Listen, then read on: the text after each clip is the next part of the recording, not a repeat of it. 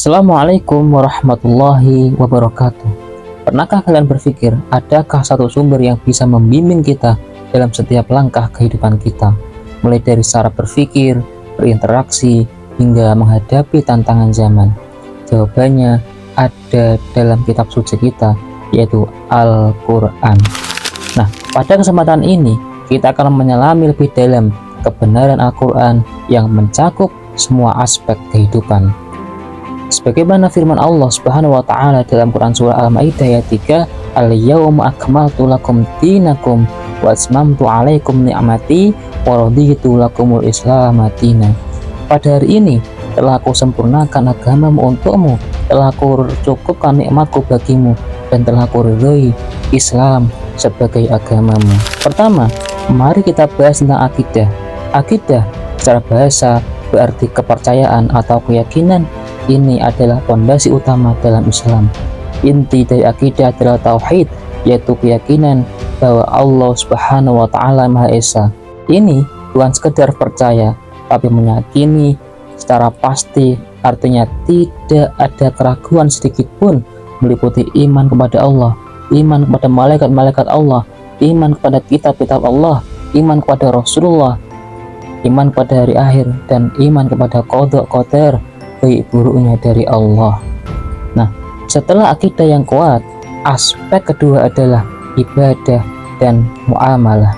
Ibadah adalah pengabdian total kita kepada Allah Subhanahu wa taala, karena tujuan penciptaan jin dan manusia semata-mata untuk beribadah kepadanya.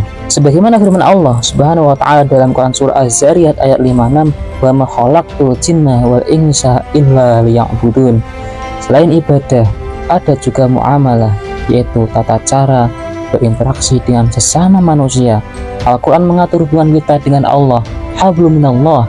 Artinya, Islam bukan hanya mengatur perkara ibadah saja, ibadah kepada Sang Pencipta saja, tapi juga mengatur hubungan kita dengan sesama manusia, hablum minannas, mulai dari jual beli, utang piutang, hingga bersilaturahim. Aspek ketiga yang tak kalah penting adalah akhlak.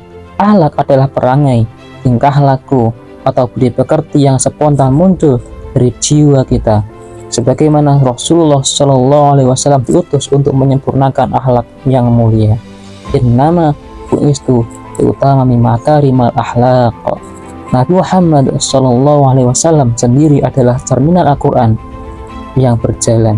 Ketika Aisyah radhiyallahu anha ditanya tentang akhlak beliau, jawabannya adalah akhlaknya adalah Al-Quran. Al-Quran juga memuat hukum sebagai kaidah dan ketentuan dasar agar kita senantiasa adil, aman, tentram, dan sejahtera.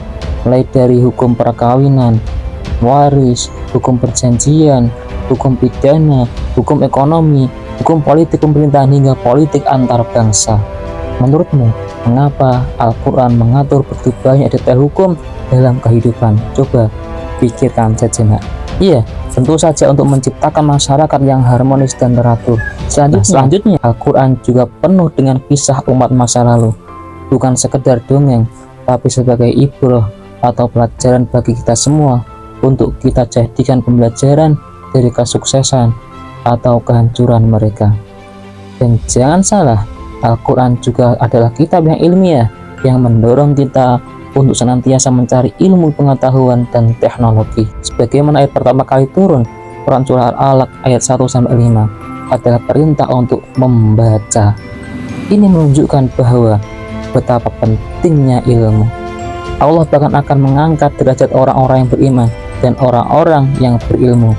Yarfa'illahil ladzina amanu minkum wal ladzina utul ilma darajat.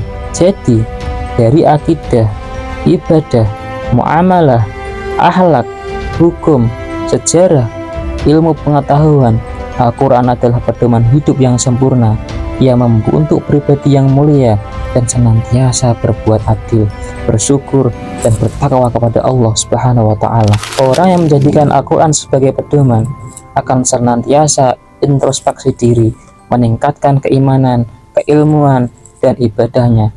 Sebagaimana sabda Rasulullah Shallallahu Alaihi Wasallam, "Khairukum man ta'allama al-Quran wa 'allama." Sebaik-baik kalian adalah siapa yang belajar Al-Quran dan mengajarkannya kepada yang lain. Oleh karena itu, mari kita terus belajar, memahami, dan mengamalkan Al-Quran dalam setiap aspek kehidupan kita. Semoga kita semua menjadi pribadi yang lebih baik dan bertakwa dengan sebenar-benarnya takwa. Assalamualaikum warahmatullahi wabarakatuh.